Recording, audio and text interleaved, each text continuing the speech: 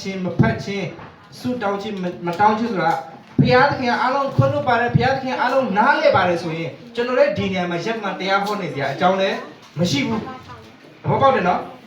ဘုရားသခင်နားလည်ပါတယ်ကိုးစားတာလောက်ကဘုရားသခင်နှလုံးသားမှာရှိရပါတယ်အရက်တော်လောက်ကဘုရားသခင်ကလေငါရက်တော်လည်းဘုရားသခင်နှလုံးသားမှာရှိရပါတယ်ဆိုရင်ကျွန်တော်ကလည်းဘာဖြစ်လို့တရားဟောနေအောင်ပါလဲလိုသေးလို့လားဒါ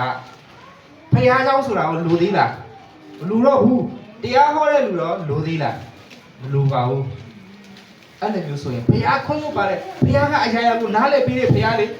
အဲ့လိုမျိုးလှုပ်ချင်တိုင်းလှုပ်လို့မရဘူးနားလည်ပြီးတဲ့ဆိုတာနဲ့ကျွန်တော်တို့ကလှုပ်ချင်တိုင်းလှုပ်မှအသက်ရှင်ခြင်းတို့ရှင်နေလို့မရပါဘူးဒါအရေးကြီးပါတယ်ဒါကြောင့်မို့ကျွန်တော်ကနှုတ်ကပတ်တော်ကိုဖတ်ရမယ်ကဲဒီကနေ့နှုတ်ကပတ်တော်ကအူဒီအားဖြင့်အူဒီအားဖြင့်အူဆုံးသောကောင်းချီးမင်္ဂလာကိုခံစားရခြင်းဘာလဲအူဒီအားဖြင့်အူဆုံးသောကောင်းချီးမင်္ဂလာကိုဘာဖြစ်လဲခံစားရခြင်းဖြစ်တယ်ဒီအူဒီကျေးဇူးတော်ချီးမွမ်းခြင်းကဘာကိုရည်ညွှန်းတာလဲဆိုရင်ကျွန်တော်တို့အခုခေတ်မှာကတော့တောင်ရလေရစိုက်ပျိုးရေးမွေးမြူရေးလုပ်တဲ့လူတွေအိမ်မတန်မှနေပါသွားတယ်ဖြစ်တယ်လွန်ခဲ့တဲ့နှစ်ပေါင်းထောင်ပေါင်းများစွာတော့မှလူတွေကအဓိကဘာပဲလုပ်ကြကြလဲဆိုတော့စိုက်ပျိုးရေးနဲ့မွေးမြူရေးကိုပဲအဓိကထားမှလုပ်ကြကြတာဖြစ်ပါတယ်အဓိကအဖြစ်ဒီဘုရားကိုသိတဲ့ဣန္ဒိယလူမျိုးတွေကသူတို့တစ်နှစ်ပတ်လုံးလှုပ်ဆောင်ထားတဲ့အထဲကနေအကောင်းဆုံးသောအသီးနှံမြေဟာဖြစ်တဲ့အသီးနှံအဦးဆုံးသောအသီးနှံကိုဘသူစီကိုယူလာလဲဆိုတော့ဘုရားစီကိုယူလာတာဖြစ်တယ်။ဒါဆိုဘုရားစီကိုယူလာဆိုဘုရားကဘာမှလဲဘုရားဘာမှရှိလဲဘုရားစီမှာယူလာတယ်ဆိုဘုရားဘာမှရှိလဲဆိုရင်အဲ့ဒီခက်ခံသွားဆိုရင်ဘုရားကြောင့်မရှိဘူး။ဒါပေမဲ့ဘာဖြစ်လဲရစ်ပူဇော်ပြီးတော့ရစ်ပလီနဲ့တည်ကြတယ်ရစ်ပလီနဲ့တည်ကြတယ်ပြီးတော့ဗာလဲတဲတော်တွေဖြစ်ပေါ်လာတယ်ဗိမာန်တော်တွေဖြစ်ပေါ်လာတယ်ဒီနဲ့တဖြည်းဖြည်းနဲ့ဘုရားသခင်ကိုကိုယ့်ရဲ့စိတ်နှလုံးသားထဲနဲ့အကောင်းဆုံးဖြစ်ပါတယ်ဆိုတဲ့အရာလေးတွေကိုရွေးပြီးမှဘုရားအတွက်ဖယ်ထားတာဖြစ်တယ်ဘုရားအတွက်ဖယ်မှဘုရားကိုပေးထားတာဖြစ်တယ်ဒါသိဖို့အတွက်အရေးကြီးတယ်အခုခေတ်ကကျတော့စိုက်ပျိုးရေးမိုးတဲ့ခါမှာဇီးကနေအသီးနှံနေဝယ်လာကြတယ်ဒါပေမဲ့အခုနောက်ပြောသလိုမျိုးအခုနောက်တော့သဘောတရားနဲ့ဇီးကနေပြောလိုက်ပေမဲ့လေဇီးမှာဝယ်လာချင်းတူတာတော့မှစိတ်နှလုံးသားချင်းကကွာတယ်သဘောပေါက်တယ်နော်ဇီးမှာဝယ်လာချင်းအသီးချင်းတူရင်တော့မှစိတ်နှလုံးသားထားပြီးမှစိတ်နှလုံးသားကိုယ်စိတ်ဘလို့စိတ်ထားပြီးမှဒီအသီးဒီအရွက်ဒီအကောင်ကလောင်ဘလို့စိတ်နဲ့ယူလာတယ်ဒါဘုရားရှိမှဒါအရေးကြီးတယ်ထွန်းမြော်ရကျမ်းအခန်းကြီး23ငယ်19တခြားကျွန်တော်ကြည့်အောင်ထွန်းမြော်ရကျမ်းအခန်းကြီး23ငယ်1923ငယ်19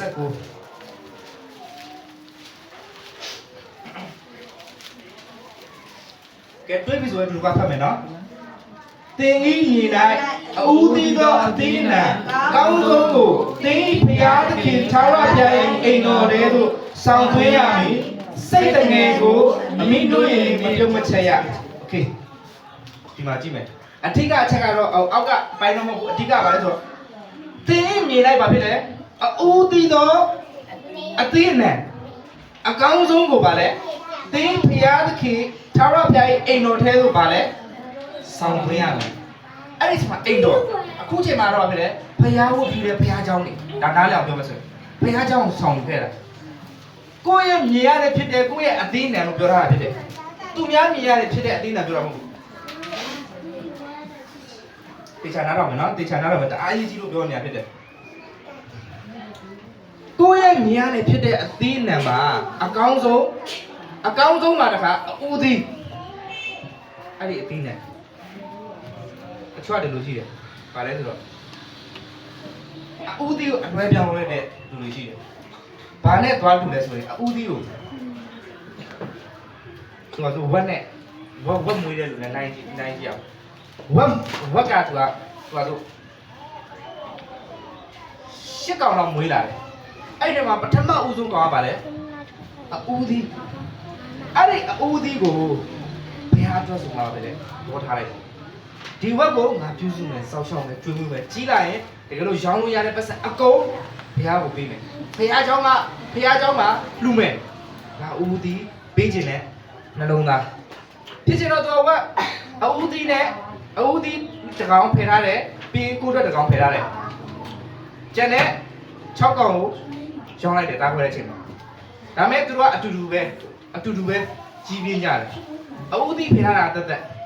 ကိုအတွက်ဖယ်ထားတာကတက်ရှိတယ်2ကောင်ရှိတယ်အဲ့ဒီ2ကောင်ကကြီးပြင်းမှ6လ9လလောက်ရောက်တဲ့အခါမှာဒါဆိုရောင်းလို့ရပြီရောင်းလို့ရတဲ့အချိန်မှာအဦးသီးဖယ်ထားတဲ့အကောင်ကကြတော့ဘာဖြစ်လဲပို့ပြီးမှထွားတယ်ကျန်းပါတယ်ဝါဖြိုးတယ်ကိုအတွက်ဖယ်ထားတဲ့အကောင်ကကြတော့တိတ်မထွားဘူးမကျန်းမမာဘူးအကောင်ကလည်းအချိန်ကလည်းတိတ်မစီးဘူးဖြစ်ချင်တော့သူကအဲ့ဒီဝက်2ကောင်မှာဝက်က2ကောင်ဆိုတော့လေအိုင်ဟောင်းအတူတူပဲအနေထားလည်းအတူတူပဲသူစောက်မှဟိုဖြစ်ကြရတယ်ဒါပေမဲ့ကြီးလာတဲ့ခါမှာအရန်နေထားကွာသွားတယ်ကွာသွားတဲ့ခါမှာလူဆိုတဲ့သဘောဘာဖြစ်လာလဲဆိုတော့နှမျောတဲ့စိတ်ကိုဝင်လာတယ်အဲ့ဒီမှာနော်သတိထားဖို့ကောင်းတယ်နော်နှမျောတဲ့စိတ်ကိုဝင်လာတယ်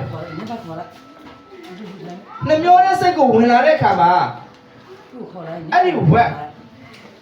အဦးသီးဖယ်ထားတဲ့ဝက်ကိုကိုအတွက်ရောင်းပြီးမှကိုအတွက်ဝက်ကိုအဦးသီးဆိုမှရောင်းမြန်လုပ်လိုက်တယ်ဒါသူ့ပိုင်တဲ့အရာပဲသူလှုပ်ချင်တိုင်းလုပ်လို့ရတာပဲဒါပေမဲ့အဓိကသူ့ရဲ့စိတ်နှလုံးအဲ့လိုမျိုးလုပ်တဲ့အရာကဘယ်လိုလုပ်မြင်လဲကောင်းတယ်လို့မြင်လားမကောင်းဘူးလို့မြင်လား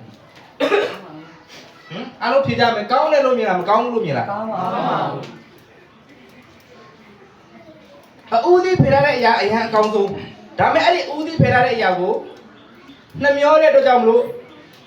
တိတ်မကွာပါဘူးဆိုတဲ့စိတ်နဲ့အဦးသီးမဟုတ်တဲ့အရာကြီးကိုရောင်းပြီးမှဖျားကိုပေးတယ်ဒါပေမဲ့သူကတော့အဦးသီးလို့ပြောတယ်လိမ့်တာ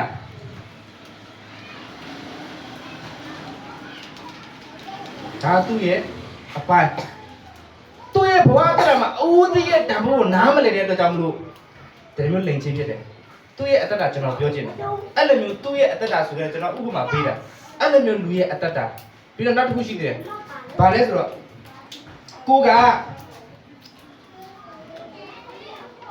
ကျွန်တော်တို့ယုံကြည်သူတွေအများစုကအဦးသီးဖြစ်တဲ့အခါမှာတရားတစ်ခုရှိတယ်အဦးဆုံးသောသားဦးဆုံးသောသမီးဦးသားဦးတွေကိုဘယ်ဟာအတွက်စက္ကပ်ကြတယ်ဟုတ်ပြီနော်သမီးဦးသားဦးတွေဘယ်ဟာအတွက်စက္ကပ်ကြတဲ့အခါမှာပြောချင်တာအဲ့ဒီသမီးဦးသားဦးကဘလို့ပဲဖြစ်နေပါစေဘယ်ဟာအတွက်ပဲပြောချင်တဲ့အရာကလောကရဲ့အလုပ်ကိုလုတ်ခိုင်းတာတဲ့ဘုရားအတွက်သက်ရှင်ခိုင်းတယ်ဘယ်လိုလဲဆိုတော့ဘုရားအတွက်အမှုတော်ဆောင်ခိုင်းတယ်ပြောလို့ဆိုဘုရားเจ้าမှာဘာလို့လဲဘာသုံးချင်လဲကြိုက်တာသုံးလို့ရတယ်သူကသူဘယ်လောက်ပဲတော်နေပါစေတက်နေပါစေဘယ်လိုအခြေအနေပဲဖြစ်နေပါစေ free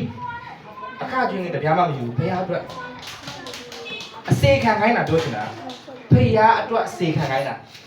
ဒါကအဦးသီးစက္ကန့်ချင်းတစ်မျိုးနောက်တစ်မျိုးဒါပေမဲ့အခု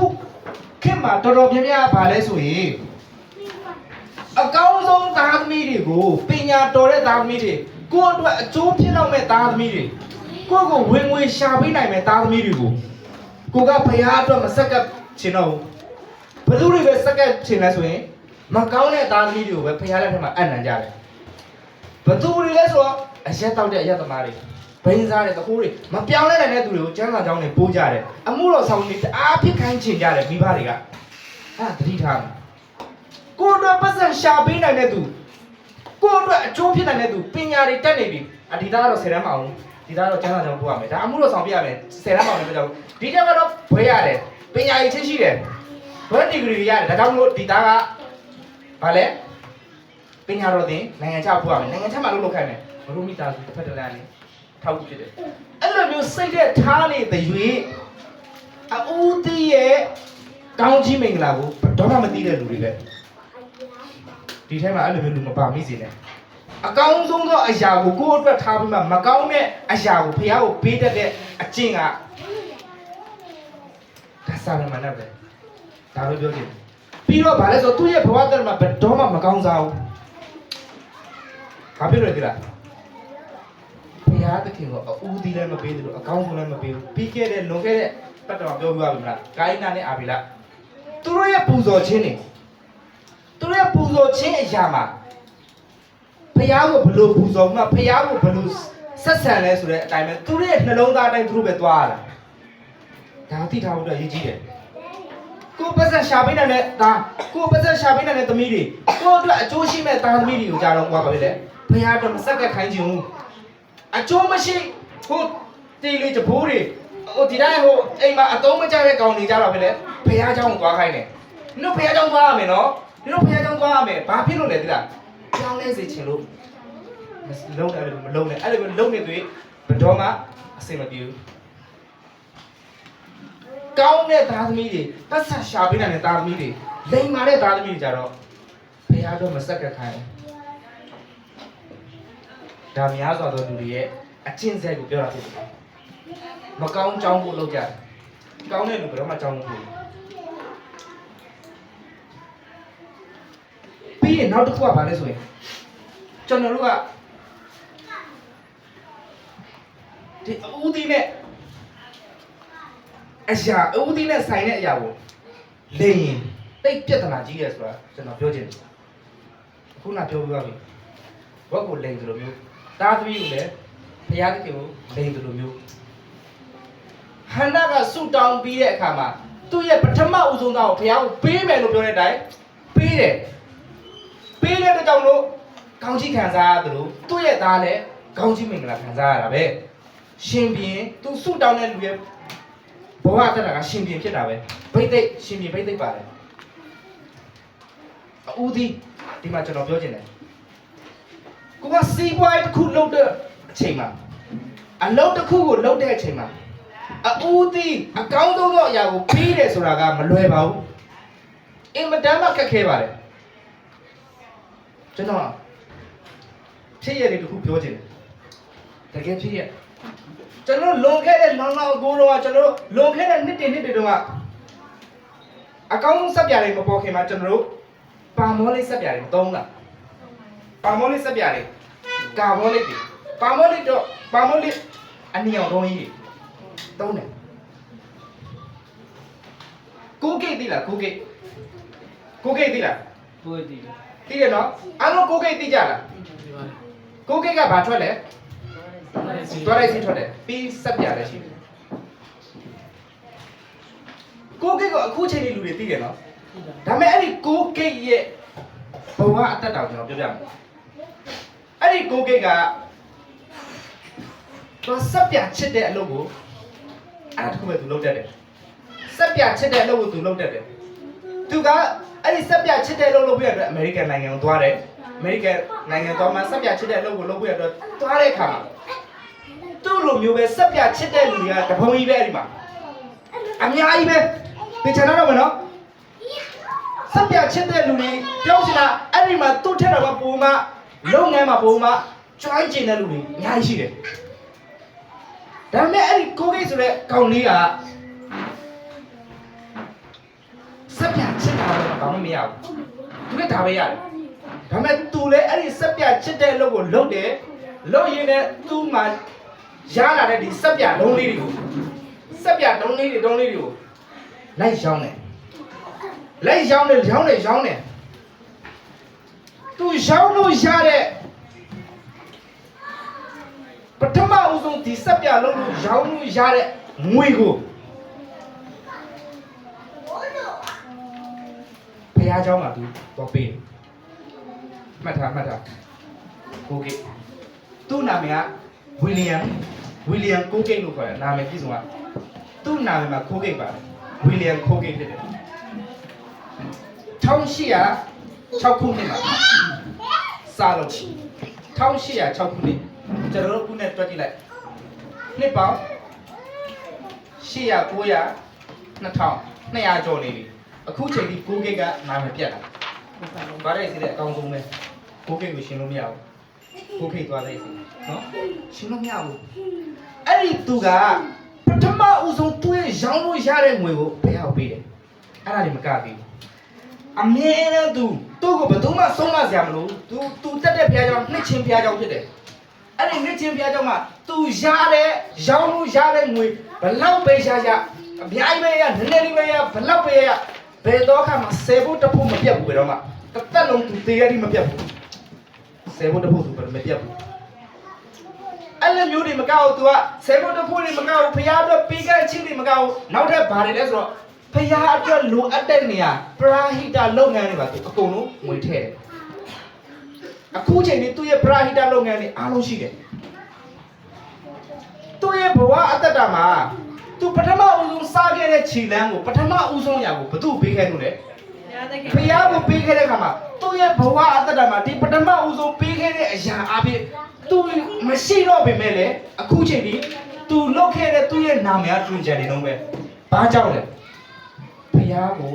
အကောင်းဆုံးသောအရာကိုပေးတဲ့အတွက်ကြောင့်မို့သူ့လည်းဖျားကအကောင်းဆုံးသောအရာပြန်ပေးတာဟာလေလုယာအာမင်ကျွန်တော်ပြောမယ်ကျွန်တော်ဖျားအတွက်အကောင်းဆုံးပေးတဲ့ခါမှာသူ့လိုမျိုးစက်ပြလုပ်တဲ့လူတွေတပုံကြီးပဲအဲ့ဒီထဲမှာသူကဘာဖြစ်လဲဒါနဲ့ကြော်ကြပါလားဆိုပါတော့တရားမုန်းဒီဆိုင်ဖွင့်မယ်တင်ပြီးနားမှာလည်းမုန်းဒီဆိုင်စီရတယ်တော့ရှိမယ်ဒါပေမဲ့တင်းရဲ့အတ္တတာမှာတရားဖျားအတွက်ကိုစဉ်းစားမှဖျားကိုပဲဦးစားပေးမှဖျားအတွက်အကောင်းဆုံးပဲလုပ်ပြီးမှမုန်းဒီဆိုင်ဖွင့်ရင်ဂျန်နဲ့ဆိုင်တဲ့တင်းဆိုင်ကပူနာမယ်ကြီးသွားလိမ့်မယ်ကျွန်တော်ဒါပြောချင်တယ်မတူဘူးထမင်းဆိုင်ဖွင့်လာတော့မှထမင်းဆိုင်ချင်းရှည်တာမှဖျားကိုအကောင်းဆုံးဦးစားပေးတဲ့ဆိုင်ကပို့ပြီးမှလက်ရပိုကောင်းသွားလိမ့်မယ်ဘာဖြစ်လို့လဲသိလားဖះကိုအကောင်းဆုံးတော့ရပြီးတော့ဒီကျွန်တော်ပြောနေတဲ့ဒီအရာကပုံကြီးမဟုတ်ဘူးဒံဃာတွေမဟုတ်ဘူးတကယ်လက်တွေ့မှာဖြစ်ပေါ်နေတဲ့လက်တွေ့အရာလက်တွေ့ကြားတဲ့ကဏ္ဍတွေကျွန်တော်ပြောနေတာဖြစ်တယ်တချို့တည်းကဗါလဲဆိုကိုစီးပွားရေးလုပ်ပြီးကိုတခုရောင်းရတဲ့ထက်ကနေဖះကိုပေးဖို့နေနေတာကိုမိသားစုစားဖို့ရဲ့အတွက်ပဲစဉ်းစားပြီးမှရှုခရစ်ယာန်တွေပြောတာပါတခြားသောဘာသာဝင်ပြောတာမဟုတ်ဘူးတချို့ခရစ်ယာန်တွေကတခုခုစီးပွားရေးလုပ်တော့မယ်ဆိုရင်ဘုရားတော့မစဉ်းစားဘူးရောင်းလိုက်တယ်ရတဲ့ဘက်ဆောင်ကိုသုံးလိုက်တယ်စေဖို့တော့မပြောနဲ့အဦးဆုံးတော့ရတော့မလားဘူးအဦးဆုံးတော့ရဆိုတော့ပြောပြမယ်သင်ကဒီစက်ပြဒီသမင်းဆိုတော့တခုရောင်းရတဲ့ထဲမှာတင်က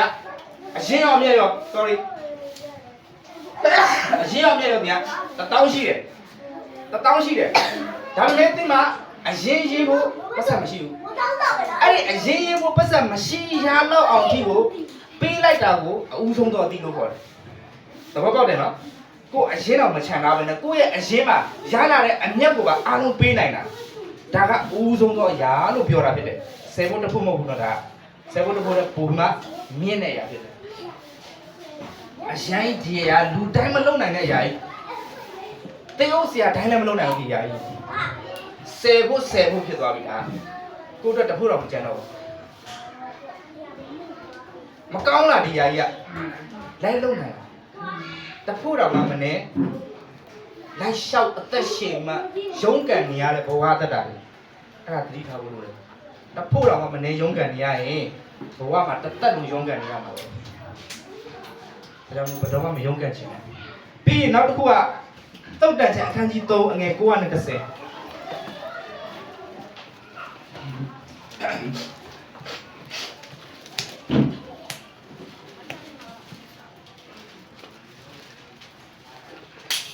တုတ်တန်ကျန်အခန်းကြီး3ငွေ9နဲ့10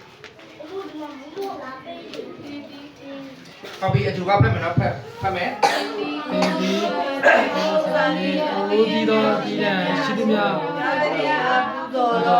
တို့ပြည်ရဲ့ကိလေသာစမီတို့ဒီကျွဲဝါရဲ့စပီဒီရဲ့အစာတို့ကိုအသက်တော်စီရဲ့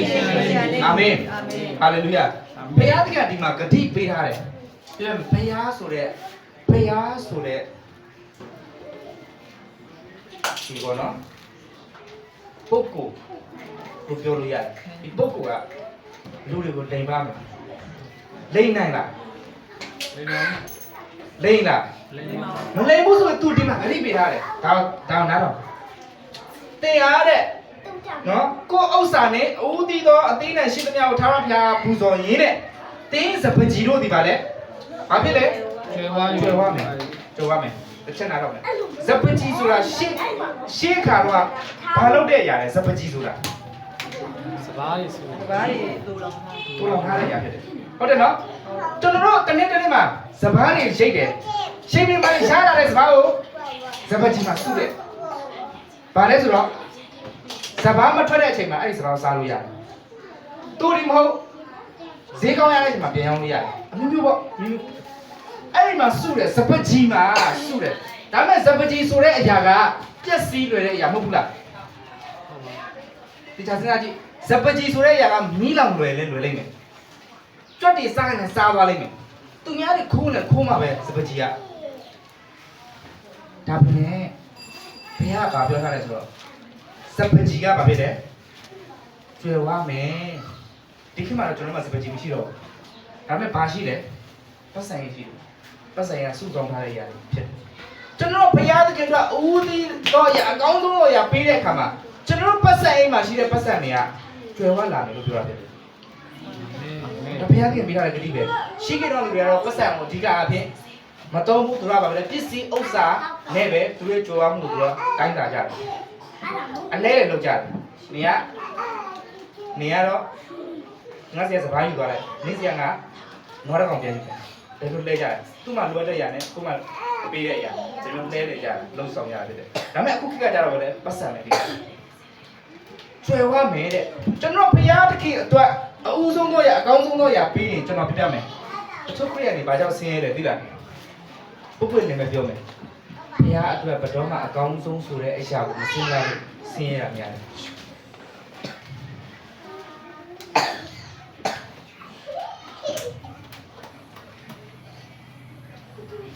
တရားတရားလို့ပြောတယ်စိတ်အားထက်တန်တဲ့အခါမှာဘုရားတော်မှမနေနိုင်ဘူးဘုရားတော်မှမနေနိုင်ဘူးပေးလူလုံးအားကြီးလို့ဘုရားတော်မှနေလို့မရဘူးဘုရားရဲ့နှလုံးသားလောက်ခတ်စေဘုရားကောင်းကင်နိုင်ငံမှာရှိတဲ့ကောင်းကင်ပဋိပေါက်ရှိတဲ့မြောက်ဖွင့်နေစေတဲ့ကြ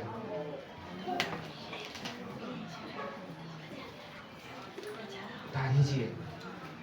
ပြီးတော့နောက်တစ်ခုကပါလေစပကြီးပြီးစပကြီးရှံမယ်တဲ့โอเคအသက်တော်စပကြီးကပါလေရှံလေးအသက်တော်စပကြီးရှံခြင်းဆိုတာကျွန်တော်ဘာကိုပြောချင်လဲဆိုရင်တခြားတော့မနော်အသက်တော်စပကြီးရှံခြင်းဆိုတာကကိုယ့်ရဲ့စီးပွားရေးလုပ်ငန်းတွေကလမ်းကြောင်းအသက်တွေပွင့်လာလိမ့်မယ်တခြားတော့မနော်တိတ်ရေးကြည့်ကျွန်တော်ပြောမယ်တချို့ကလေခုကျွန်တော်ဒီဆရာဒေးဗစ်လာကသူခရီးရမယ်သူတရားဟောတဲ့အခါမှာခရီးရနဲ့နားထောင်တယ်လို့ဗုဒ္ဓဘာသာတွေလည်းနားထောင်ဒါပေမဲ့လေသူတရားဟောချက်တိုင်းလိုက်လုပ်တဲ့လူတွေကခရီးရနေလောက်တာနေမှာဗုဒ္ဓဘာသာတွေလောက်တာများတဲ့အခါမှာဗုဒ္ဓဘာသာတွေကကောင်းစားကုန်ဘာပေါ်လာမလို့ကျွန်တော်ပြောတာဘုရားရဲ့နေရာမှာသဘောတရားကိုသိမှလိုက်လုပ်တဲ့အခါမှာသူတို့လည်းဘုရားသားသမီးတွေဘုရားကောင်းကြီးပြည့်တယ်။ဘာပဲကြွားပါလဲဆိုတော့သာရတရားချင်းနဲ့မရချင်းဒါပဲကြွားပါလေ။အချိန်ကျရင်တရားစီရင်ခံမဲ့သူနဲ့တိုးနဲ့စိတ်ပုံစံမျိုးကြွားပါလေ။ဒီလိုပဲ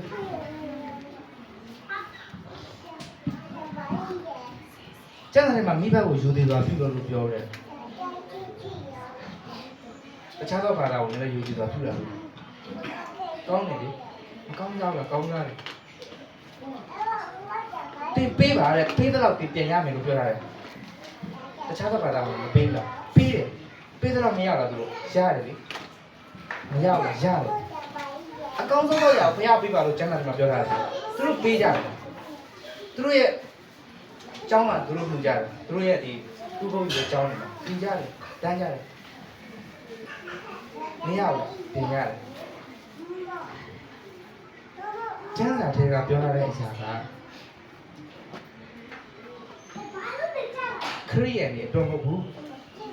လူသားအားလုံးအတွက်ဖြစ်တယ်ဒါနားလည်ဖို့လိုတယ်လူတိုင်းနဲ့ဆိုင်တဲ့ຢာဖြစ်တယ်ဒါဒီကျမ်းစာတွေကလေခရီးရည်နေအတွက်ကွက်ပြီးမှမရေးထားဘူးလူသားအားလုံးအတွက် ရေးထားတဲ့ကျမ်းစာဖြစ်တယ်ဒါကြောင့်မလို့ဒီလားဒီကျမ်းစာထဲမှာပါတဲ့အချက်လိုက်လာနိုင်တဲ့သူကပြောချင်တာဗျာလိုက်လျှောက်အသက်ရှင်တဲ့သူကကောင်းကြီးခံစားရတယ်ဆိုတော့ပြောတာကျွန်တော်တခုပြောချင်တာလောကမှာရှိတဲ့စီးစိမ်ဥစ္စာနဲ့ဖရာသခင်စီကလာတဲ့ဝိညာဉ်ရေးကောင်းကြီးနဲ့လည်းမတူပြန်ဘူးနော်ကွာတယ်နော်အဲ့ဒါတခုတော့ပြောချင်တယ်အတူတူထင်နေမှာစိုးလို့နော်ဒါပေမဲ့ကျွန်တော်တခုထပ်မှပါကိုပြောချင်တယ်ဆိုတော့အသက်တော်စတိရှန်ခြင်းနဲ့ပတ်သက်ပြီးမှကျွန်တော်တို့ရဲ့ဘဝအသက်တာမှာစတိဆိုတဲ့အရာတန်ဖိုးကြီးတယ်စတိအရာတန်ဖိုးကြီးတယ်တန်ဖိုးကြီးတဲ့အရာတွေကကျွန်တော်တို့ဘဝအသက်တာအပြင်ရှန်ထွက်စီလိမ့်မယ်လို့ဘုရားပြောတာဖြစ်တယ်။ဘာဖြစ်လို့ပြောတာလဲဆိုတော့ကျွန်တော်တို့အသက်တာအပြင်တခြားသူတွေကောင်းကြီးခံစားရမှာဖြစ်တယ်။အာမင်။ဒါခါလေးကျကျွန်တော်မှရှိချင်မှရှိမယ်ဒါပေမဲ့ကျွန်တော်တို့အပြင်ကောင်းကြီးခံစားရမှာ။ကျွန်တော်အပြင်သူများတွေမင်္ဂလာဖြစ်စေမယ်။အာမင်။ဒါကအသက်တော်စတိရှာကြီးဖြစ်တယ်။ဟာလေလုယာ။အာမင်။ဖတ်တော့ကျွန်တော်ပြောချင်တာပါလဲဆိုတော့ဘုရားကသူ့ကိုဘုရားအဦးသီးတော့ရာလို့ပေးကြတယ်။ကဘာပြောချင်တာဒီကဘာကြီးအစရယ်အခုအချိန်ကြီးဘုရားအကောင်းဆုံးတော့ရာတွေပူဆိုဘုရားတော့ကျွန်တော်တို့ကိုအကောင်းဆုံးတော့ရာမပေးဘူးလို့ထင်တယ်။ဒီကဘာစဉ်းစားကြည့်နော်။ဘုရားသခင်လည်းဒီကနေ့တော့မယ်နော်ဒီကနေ့တော့ချားအာရုံမရောက်ဘူးနော်။ဘုရားသခင်လည်းကျွန်တော်တို့ကိုအဦးဆုံးသောအရာအကောင်းဆုံးသောအရာကျွန်တော်ပြီးချွတ်နားလည်းနေပြီကျွန်တော်ဒီဟာပြောချွတ်နားလည်းနေပြီချွတ်နားမယ်ပြီဘုရားသခင်အတွက်အဦးဆုံးသောအရာဘုရားသခင်အတွက်အကောင်းဆုံးသောအရာကဖားတယ်ဘုရားသခင်အတွက်ကသူရဲ့တပါးလေးတော့သားတော်ပဲ Hi, I'm Brody. Hi, I'm Lily. သူရဲ့တပါးလေးတော့သားတော်ပဲကပ္ပာကြီးတွေမဖန်ဆင်းခင်ကောင်းကင်တမန်တွေကိုမဖန်ဆင်းခင်စัจ java လာကိုမဖန်ဆင်းခင်မှာသူနဲ့အတူယေရှုကတော့အတူရှိပြီလားဒါကြောင့်မလို့ရှင်းအောင်ပြောအခန်းကြီး1အငယ်1မှာဘာပေါ်ပြထားလဲဆိုရင်တစ်ချက်တော့ကြည့်လိုက်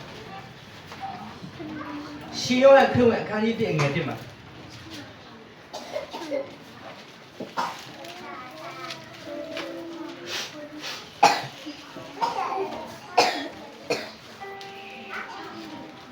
ငယ်1နဲ့2ကိုဖတ်မယ်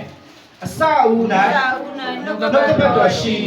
နှုတ်ကပတ်တော်သည်ဘုရားသခင်နှင့်တူရှိနှုတ်ကပတ်တော်လည်းဘုရားသခင်ဖြစ်တော်မူ၏နှုတ်ကပတ်တော်သည်အစအဦး၌ဘုရားသခင်နှင့်အတူရှိနှုတ်ကပတ်တော်ဆိုတာဘာတူလဲယေရှုခရစ်တော်ပြောတာယေရှုခရစ်တော်ကိုပြောတာဖြစ်တယ်ပထမအဦးဆုံးဘာမှမရှိသေးခင်ယေရှုခရစ်တော်ဆိုတာရှိတယ်ဒါဆိုရင်ကျွန်တော်ပြောရမယ်ဘုရားသခင်မှာသူ့မှာအကောင်းဆုံးသောအရာကိုပြချလာတော့မယ်နော်ဘသူကိုပေးခဲ့တယ်ဆိုရင်လောကမှာရှိတဲ့လူတိုင်းကိုသူပေးတယ်သူ့ရဲ့တပါးတော်သားတော်ကိုစွန့်တော်မူသည့်တောင်တဲ့လောကီသားတို့ကိုချစ်တယ်လို့သူပြောထားတာဖြစ်တယ်သူ့မှာရှိတဲ့အကောင်းဆုံးသောအရာအဦးဆုံးသောအရာကိုဒီကလူတွေကိုပေးတယ်နော်ဒီကလူတွေကသာပေးဖို့တွတ်တူနေကြတာကျွန်တော်ပြောနားလဲတော့ပဲထင်တယ်တရားလူတွေမဟုတ်ပါဘူးများသောအားဖြင့်ခရိယန်တွေတော်တော်များများကဘုရားအတွက်အကောင်းဆုံးသောအရာအဦးဆုံးသောအရာကိုပေးဖို့အတားတွန့်တူတယ်နှမျောတယ်ဘုရားမနှမျောပေးတယ်နော်တင်းတို့ပေးမပေးဘူးငါတင်းတို့အဦးဆုံးသောအရာပေးတယ်သူ့အတွက်အဦးဆုံးသောအရာကယေရှုခရစ်တော်ပဲအကောင်းဆုံးသောအရာကယေရှုခရစ်တော်ပဲယေရှုခရစ်တော်ကိုလောကမှာချလိုက်ကြတဲ့ကနေဟုတ်တယ်မလားလောကမှာချလိုက်ကြတယ်ဘယ်လိုမျိုးအခြေအနေလဲဆိုတော့ကို့မှာအယမ်းချစ်ရတဲ့သားကိုကို့မှာအယမ်းချစ်ရတဲ့သားကိုတီရွေးတဲ့ကိုပြစ်ချလိုက်တယ်လို့မျိုးသူ့မှာခံစားရတယ်သိပြီးသားဘယ်လိုဖြစ်မလဲဆိုတော့နားလည်ပြီးသားဒီဟာလူတွေရောလုံးနေဖះမှာတား2ယောက်မရှိဘူး3ယောက်မရှိဘူးအဦးတီတော့တကားရောသားပဲတယောက်သေးတော့သားကိုဖះကလူသားတွေအပြစ်ကနေလွတ်မြောက်ဖို့ရန်အတွက်အနာရောဂါကနေလွတ်မြောက်ဖို့ရန်အတွက်ဒီလိုချိန်ချင်းကနေလွတ်မြောက်ဖို့ရန်အတွက် သူများရဲ့ကြင်ချင်းအမင်္ဂလာတရားနဲ့လွတ်မြောက်ခွင့်ရတဲ့ဒီသားတော်ကိုစတေးခဲ့တာဖြစ်တယ်။တေချာနားလည်းဘူးလို့နော်။အဦးတီနဲ့ပတ်သက်တဲ့ຢာကျွန်တော်ပြောပြနေခဲ့တယ်။ဒီသားတော်ကိုယုံကြည်တဲ့သူကသားတော်နဲ့တကွာဟာလေခတ်သိမ်းသောအရာကိုရပြီလားဖြစ်တယ်။ဟာလေလုယာ။အာမင်။ အာမင် ဒီလိုပဲကျွန်တော်တို့လည်းအအိုးသေးသောအရာပေးလိုက်တဲ့အခါမှာအအိုးသေးသောအရာမှာကျွန်တော်တို့အသက်တာမှာရှိတဲ့ကောင်းခြင်းတွေမကောင်းခြင်းတွေဆိုးခြင်းတွေမဆိုးခြင်းတွေအကုန်လုံးပါသွားပြီဘုရားခင်စီမှာဟာလေလုယာအာမင်ဘုရားခင်ကျွန်တော်တို့ကိုအဲ့ဒီထဲကနေစီးစိမ်မှာကျွန်တော်အကောင်းဆုံးလုပ်တာပြန်ပေးမှာဖြစ်တယ်အာမင်ကျွန်တော်သဘောပေါက်နားလည်ဖို့အရေးကြီးပါတယ်ဒါကိုနားမလည်တဲ့ခရိယန်တွေကပြောတဲ့အခါမှာခရိယန်လို့ပြောတဲ့အခါမှာကျွန်တော်တို့ကတော့ခရိယန်မဟုတ်ယေရှုခရစ်တော်ရဲ့နောက်လိုက်ပြီးဖြစ်တယ်ခရိယန်ဘာသာမဟုတ်ကျွန်တော်ကခရိယန်ဘာသာအပေါ်မှာယက်တည်ပြီးမှခရိယန်ဘာသာအတွက်တိုက်ပွဲဝင်နေတယ်မဟုတ်ခရိယန်ဘာသာတိုးတက်လာအောင်ခရိယန်ဘာသာကြီးပွားလာအောင်လည်းဆွေတဲ့အထဲမှာကျွန်တော်မပါဘူးအဓိကကျွန်တော်ဘာကိုပဲအဓိကရည်မှန်းချက်ထားတယ်ဆိုရင်ယေရှုခရစ်တော်ကိုယာပြီးမှဒီလောကမှာရှိတဲ့ကြင်ချင်းအမင်္ဂလာတရားလွတ်မြောက်ဖို့ပဲကျွန်တော်ရည်မှန်းချက်ထားတယ်လူသားလို့ယေရှုခရစ်တော်ကိုယာရမယ်ယေရှုခရစ်တော်အပြင်ဘဝအသက်တာလုံးဝပြောင်းလဲသွားဖို့ရအတွက်ကျွန်တော်ဗာဒါပဲဆန္ဒရှိတယ်အာမင်ခရစ်ယာန်ဘာသာတိုးပွားလာဖို့ကျွန်တော်ဆန္ဒမရှိဘူးခရစ်ယာန်ဘာသာတိုးပွားလာပြီးမှအယူတွေတဘုံကြီးပဲခရစ်ယာန်သာများနေတာအရက်ဆိုင်မှာလည်းခရစ်ယာန်တွေရှိတယ်ဘီယာဆိုင်မှာလည်းရှိတယ်နိုင်ကလပ်မှာရှိတယ် KTV မှာရှိတယ်အများကြီးဒါဆိုရင်ခရစ်ယာန်ဆိုတိုင်းခရစ်တော်ရဲ့နောက်ကိုလိုက်တာမဟုတ်ဘူးလို့ကျွန်တော်ပြောချင်ပါတယ်ခရစ်ယာန်ကခရစ်တော်ရဲ့အလင်းကိုမဆောင်နိုင်ဘူးခရစ်တော်ရဲ့နောက်ကိုလိုက်တဲ့သူကပဲခရစ်တော်ရဲ့အလင်းကိုဆောင်နိုင်တာဖြစ်တယ်ဟာလေလုယာအာမင်ဟာလေလုယာအာမင်ခရစ်ယာန်တိုင်းကခရစ်တော်ရဲ့အလင်းကိုမဆောင်ပါဘူးခရစ်တော်ရဲ့ဘုန်းကိုရှုတ်ချဖို့ကခရစ်ယာန်တာဝန်ဖြစ်တယ်ကျွန်တော်ပြောတရားတော့ခရစ်တော်ရဲ့ဘုန်းကိုရှုတ်ချစေတာကခရစ်ယာန်ခရစ်တော်ရဲ့ဘုန်းကိုထင်ရှားစေတာကခရစ်တော်နောက်ကိုလိုက်တဲ့ခရစ်တော်ကောက်စားလေးဖြစ်တယ်ဟာလေလုယာအာမင်ပြောလို့ကျွန်တော်ကယေရှုဖြစ်သွားတာပြောတာမဟုတ်ဘူးယေရှုကပြောပြီးသားငါနောက်ကိုလိုက်တဲ့သူက